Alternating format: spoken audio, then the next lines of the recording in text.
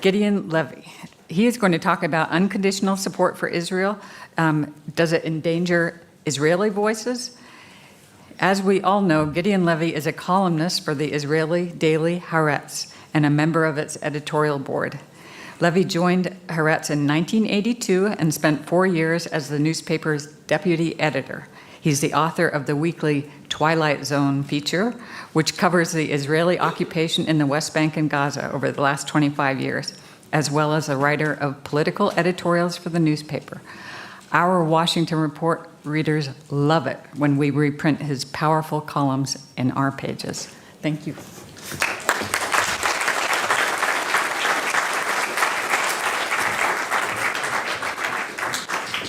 Thank you very much. I think that Miko left me 2 spare minutes, so I'll be longer. Thank you very much for having me here today. Never was I so convinced that Israel and the United States are really sharing the same values after listening to all those fascinating presentations today, because by the end of the day, we are dealing with 2 regimes which are very, very similar, with 2 regimes that have very little to do with democracy, and I will get to it. I was born in Tel Aviv. I was brought up in Tel Aviv. I was a very good boy in Tel Aviv. I served in the Israeli army. I did even something which is much worse than this. I worked for 4 years with Shimon Peres, then leader of Israeli opposition in the late 70s, early 80s, before most of you were born. And it was only by the late 80s when I started to travel to the occupied territories quite accidentally, when I realized, as a journalist, when I realized that the biggest drama of Israel is taking place half an hour away from our homes, in our dark backyard, that this real drama of Israel has almost no one to be interested in, that it is hidden in the backyard of Israel, half an hour away from our homes. All those crimes are taking place, and we Israelis, most of us, if not all of us, do not want to know, do not know, and above all, do not care. And it took me many, many years to understand how come. How come that a society, some of you met Israelis, they are not monsters. Every catastrophe in the world, the Israelis are always the first one to send rescue teams with field hospitals. Many Israelis would help any old lady to cross the road many times, even if she doesn't want to cross the road. People with values. How come that this society lives for so many years with this drama in its backyard and feels so good about itself and has so little moral doubts, if at all? How is it possible? How is it possible that most of the Israelis, if not all of them, are deeply convinced that the IDF is the most moral army in the world? Try to tell an Israeli, and I tried it once or twice, you know what, maybe it's the second moral army in the world. Maybe the army of Luxembourg is more moral. I don't know if Luxembourg has an army at all. They will be deeply offended. How can you dare? How come that when this reality is taking place so close to our homes, not over the oceans, but just half an hour away from our homes, how come that we live in peace with it, that we continue with it, that there is no resistance, almost nothing? And here I want to object to what my friend Miko said. When I got first the invitation to come here, the first words were Israel lobby. I said, wow, they invite me. AIPAC is inviting me. And then I said, that's the chance of my life. And I'm going to come there to Washington and to tell them, listen, with friends like yours, Israel does not need enemies. But unfortunately, But then I continued to read, and I read that I'm privileged to be invited to another forum, not exactly AIPAC, and even not the Anti-Defamation League. But I can say it from here, Miko. I think that we are dealing with a corrupting friendship. I think that if it wouldn't be the Israel lobby, Israel would have been today a better place to live in. Israel would have been a more just place. And I think that if it wouldn't be the Israel lobby, the United States would have been a better place and a more democratic place. But it's not for me to judge the American politics. And still, by the end of the day, we are dealing with an enigma, because nothing can really explain it. Nothing can explain how administration after administration, legislators after legislators, are going in the very same way, which contradicts American interest in so many cases, which contradicts international law, human rights, moral values, you name it. Can it be only this small group, as powerful as it is? Is it the full explanation? I doubt it, but that's for you to decide, not for us in Israel. But for us in Israel, or at least for me, it is very clear. Think about a relative of yours or a friend of yours who is, God forbid, a drug addict. There are two ways to deal with him. One is to supply him with money, and he will go and buy more drugs. He will be very grateful to you. He will appreciate you. He will tell you, you love me, you are my friend, you are my best friend. The other way is to send him to a rehabilitation center. He will be so mad at you. But what is real care? And what is real love? And what is real friendship? And does anyone in this hall have the slightest doubt that Israel is occupation addicted? But, and therefore for me, this conference here is so crucial and so important, because we have to face reality. And reality is that there is no chance for a change from within the Israeli society. No way. I'll try to explain why. But if this is the case, the only hope is for an international intervention. And the only hope is from this place, from Washington, from the United States, from the EU, only from there.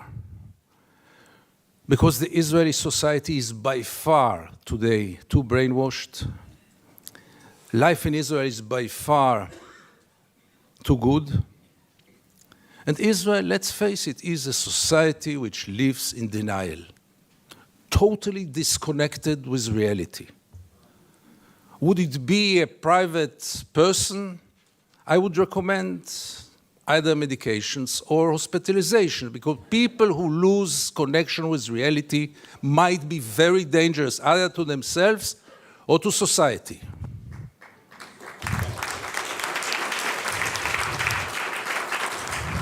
And the Israeli society lost connection with reality. It lost connection with the reality in its backyard. It's totally lost connection with the international environment. Really to believe that 5 million Jews know better than 6 billion people of the world? Really believe that 5 million Jews will be able to continue to live on their sword forever? Is there one example in history in which any country lived on its sword forever? Empires? Really believing that in the 21st century it is acceptable to ignore the international law in such a way, to ignore the international institutions, and to rely only on the United States and Micronesia. Let's not forget this friend of Israel. And recently also Czech Republic. Thank you, Czech Republic. And Canada, your neighbor, obviously. Does it work? Had it ever worked? So therefore it is so crucial for people like me to see any kind of change here in the United States. And we jump on any sign. When J Street was established, we say, yeah, here it comes. And it didn't come. When Obama was elected, I had tears in my eyes. I said, here it comes. And it didn't come. And when I see conferences like here today, again, it gives me some hope that change might happen. Because change will have to take place here. In Israel, it's a lost case. Forget about it.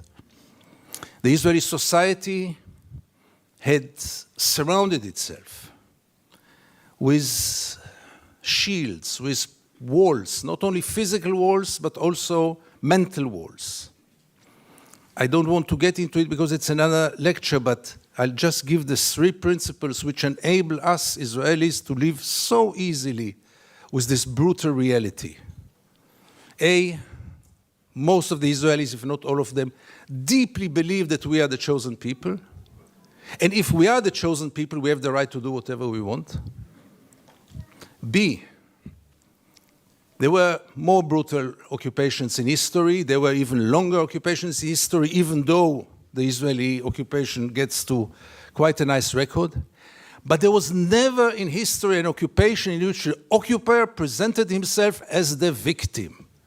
Not only the victim, the only victim around. This also enables any Israeli to live in peace because we are the victims. The other day, Professor Falk spoke about this dual strategy of Israel of being a victim on one hand and manipulating on the other hand. After what happened in Paris and in Copenhagen with the terror attacks, Benjamin Netanyahu came with the notion all the Jews must come to Israel. It's the safest place for the Jews in the world. It's a shelter for the Jews in the world. Which is wrong, because Israel is today the most dangerous place on earth for Jews, but let's put it aside. It was only 24 hours later when he said Israel is an existential threat under the Iranian bomb. And I asked myself, how can you dare call Jews to come and to join this suicidal project when the Iranians are going to bomb us?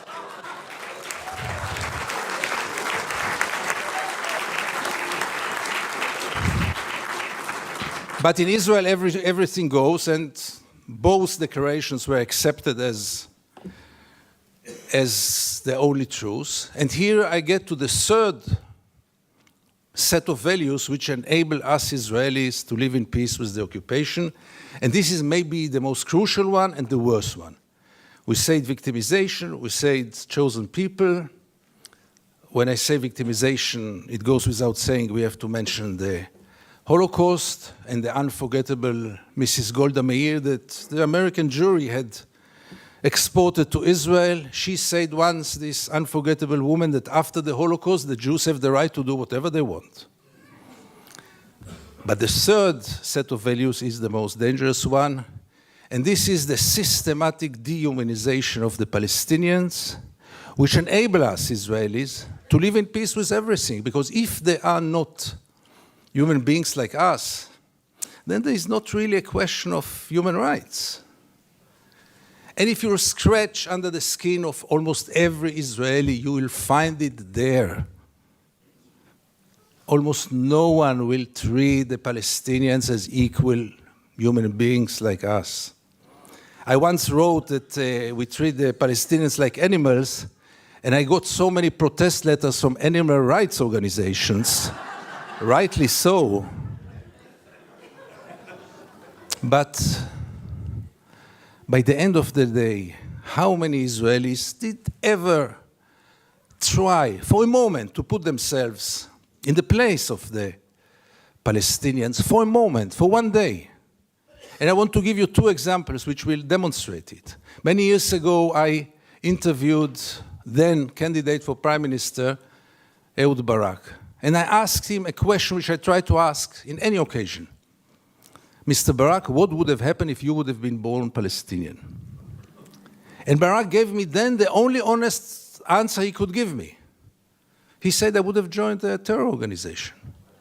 What else would have he done? Would he become a poet? He doesn't know to write poems. Would he become a pianist? He's quite a bad pianist, and I doubt if he would have become a collaborator, because he is a fighter. And it became a scandal, because how can you dare to put Ehud Barak to think what would have happened if he would have become a Palestinian? And the second incident, briefly, Second Intifada, the city of Jenin, the most closed city in the West Bank, real total siege. I go out from Jenin, I come to the checkpoint, a Palestinian ambulance is parking there with the red lights. I stand after him, no cars can get out of Jenin in those days, no cars can get in, and I wait. The soldiers are playing backgammon in the tent.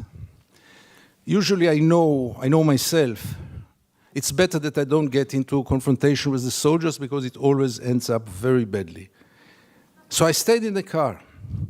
But after 40 minutes, I couldn't take it.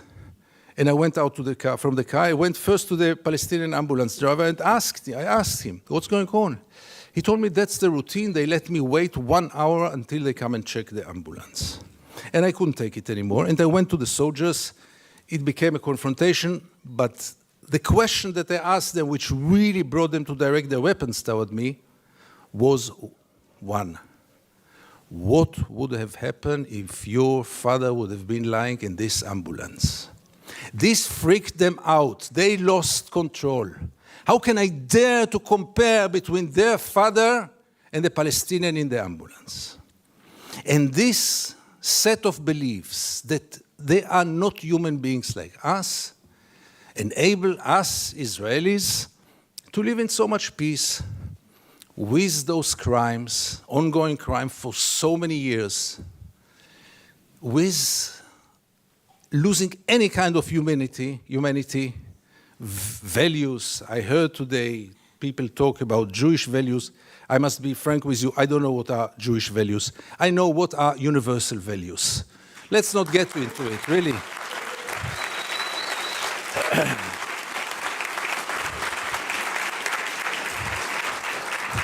There are very clear universal values. And there is a very, very clear international law. But for most of the Israelis, international law is very important. But not for Israel. Israel is a special case. Why is it a special case? And again, you get with all those set of values, with this living in denial. And here I want to get back to the topic of our panel. Is it good for Israel? No, it's very corrupting. Because as long as the United States enable Israel to continue, obviously the Palestinians are the first and direct, unbelievable victim of it. But by the end of the day, what will Israel be after all those years? What is it already today? Where does it direct to? And things are getting worse and worse. And therefore I have so little hope about change from within the Israeli society. Because things, as you might know, are going more and more to the nationalistic, militaristic, religious direction, with very little hope that change will come from within. Why would Israelis go for a change? What incentive? Why would they bother? Life is so good. You should have seen Israel in the days when Gaza was bombed, when the beaches were crowded, the helicopters were passing on their way to bomb Gaza. The Israeli TV hardly showed photos from there. Newspapers hardly wrote anything. I wrote one article about the responsibility of the pilots, and I needed to use bodyguards to get out of my home after this. The problem was, by the way, that the bodyguards were settlers, and they argued with me all day long until I saw that I'm much more secure without the bodyguards rather than with them. But the last war in Gaza, and this will be my final remarks, the last war in Gaza taught us also that Israel, which has 3 regimes today, maybe the only country, the only state in the world with 3 regimes, one for the Jews, one for the Arab citizens, and an apartheid regime in the West Bank and Gaza, one of the most brutal and cruel tyrannies in the world. But even for the facade, even for this democracy, which I always thought is a democracy for its Jewish citizens, I realized last summer that it is a democracy for its Jewish citizens, but only if they think like the majority. And therefore, and by this I want to conclude, I want to tell you all that few of us, very few, much too few, but few of us are looking to the West, Europe, and then United States, with a great hope, because we lost hope in Israel. Thank you very much.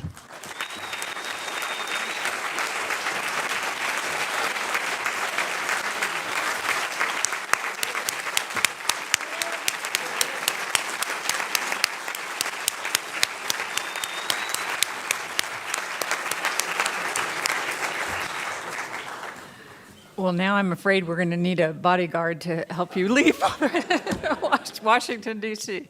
Thank you very much for your remarks.